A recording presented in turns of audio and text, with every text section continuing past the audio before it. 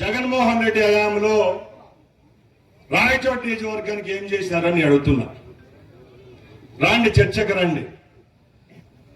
ఏ విధమైన అభివృద్ధి రాయచోటి నియోజకవర్గాల్లో జరిగినాయి?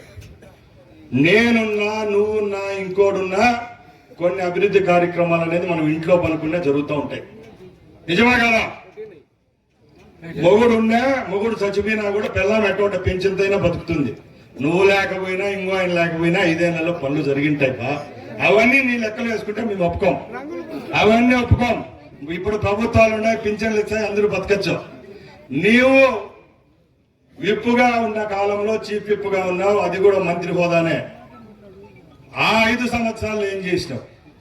మొట్టమొదటిగా టెన్షన్ గా చెప్పేది, రాయచోటి జిల్లా చేసేసిన. జిల్లా నువ్వు చేయలేదయ్యా బాబు. ఈ పక్కల 3 జిల్లాలు ఏడిచినాయి, 3 తాలూకాలు ఏడిచినాయి, అవతల 4 ఏడిచినాయి. మధ్యలో ఏది ఉంది? రాయచోటి ఉంది. జిల్లా చేసినా. జిల్లా చేసినావే కానీ రాయచోటి పట్టణంలో ఏ విధమైన అభివృద్ధి జరిగింది చెప్పు.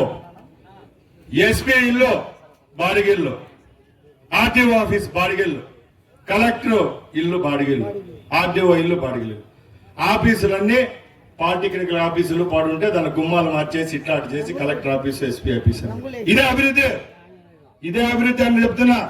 మీరు జిల్లా చేసిన 3 సంవత్సరాలు మీ చేతుల్లో ఉంది కదా రాయచోటి. ఏ విధమైన అభివృద్ధి చేశారు మీరు? అభివృద్ధి అదే? మీ ఊర్లో గజేంద్ర రెడ్డికి 13 ఎకరాలు రాసేవాడు అభివృద్ధి అని అడుగుతున్నా. దిన్నపాడులో ఉండేవానికి నీ చెంచాకు నువ్వు 13 ఎకరాల భూమి కలెక్టర్ ఆఫీస్ కట్టాలనుకుంటే భూమి రాసిచ్చినావు. కన్నులు అట్టపోయి మళ్ళీ ఎన్నిక గవర్నమెంట్ తీసుకుని. ఇదే అభివృద్ధి అని అడుగుతున్నా. ఏం చేసినావు అభివృద్ధి?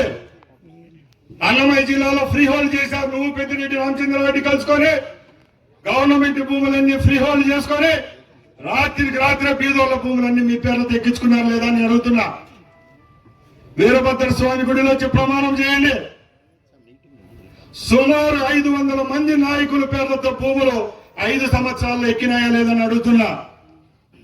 గవర్నమెంట్ భూములన్నీ ఫ్రీ హోల్డ్ లో పెట్టి భూములన్నీ పీలేరులో ఒక లీడర్, తంబాలపల్లి ఒక లీడర్, రాయచోట్లో ఒక లీడర్, మీకు ఇష్టం వచ్చిన వాళ్ళు కలెక్టర్లు వేసుకొని, ఆర్టీఓ వాళ్ళు, ఎంఆర్ఓలు వేసుకొని రాత్రిలో పూట మీ చెంచాగాల్లో ఎంఆర్ఓలు బెదిరించి, ఆర్టీఓలు బెదిరించి మీ నాయకులందరి పేర్లతో ఈరోజు భూములు వచ్చినాయి.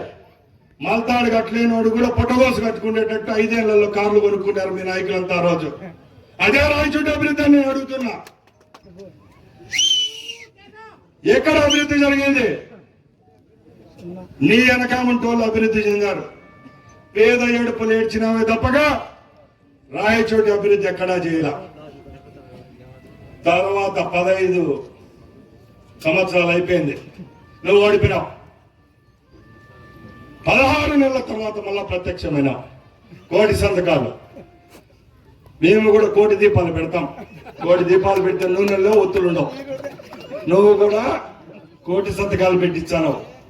1,000 సంతకాలు పెట్టనొచ్చి 1,000 సాగు ఏడు పేడుస్తాండి. ఆదివారం అయితే కోసారు గొంతన్నట్టు 1,000 ఏడు పేడుస్తాండి. ఆదివారం వచ్చానని కోసారని మొన్న మీటింగ్ లో అంటాడు, నా కార్యకర్తల జోలికి వచ్చా సంపేచా నా కొడకలారా. డైలాగ్ చెప్పేదన్నా గట్టిగా చెప్పు బాబాయ్. నీ కార్యకర్త జోలికి ఎవడు పోయినాడు? నీ కార్యకర్త జోలికి ఎవడు పోయినాడు?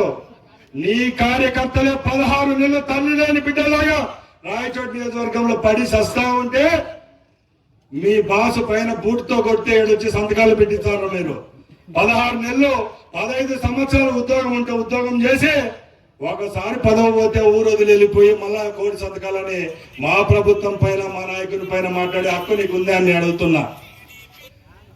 ఓడిపోయినావు. రాయచోటి ముఖం చూసినావా? పదవి ఉన్నప్పుడు కాదు ఊర్లో తిరిగాయి, పదవి పోయిన తర్వాత రావాలా.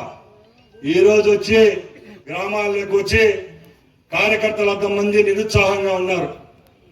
అయ్యా సన్నోళ్ళకి అప్పుడు పని జరగల, అప్పుడు పెద్ద పెద్ద వాళ్ళకి చేసినారు, ఇప్పుడు మళ్ళా అదే పరిస్థితి ఏర్పడుతుందని చెప్పి ఈ రోజు ఊర్లకు పోయి గడ్డాలు పట్టుకుంటారు. లేనిపోని ఫోజులు, బీదేడుపులు ఏం లేనట్టు. ఆ పరిస్థితి ఎందుకు వచ్చిందని అడుగుతున్నా.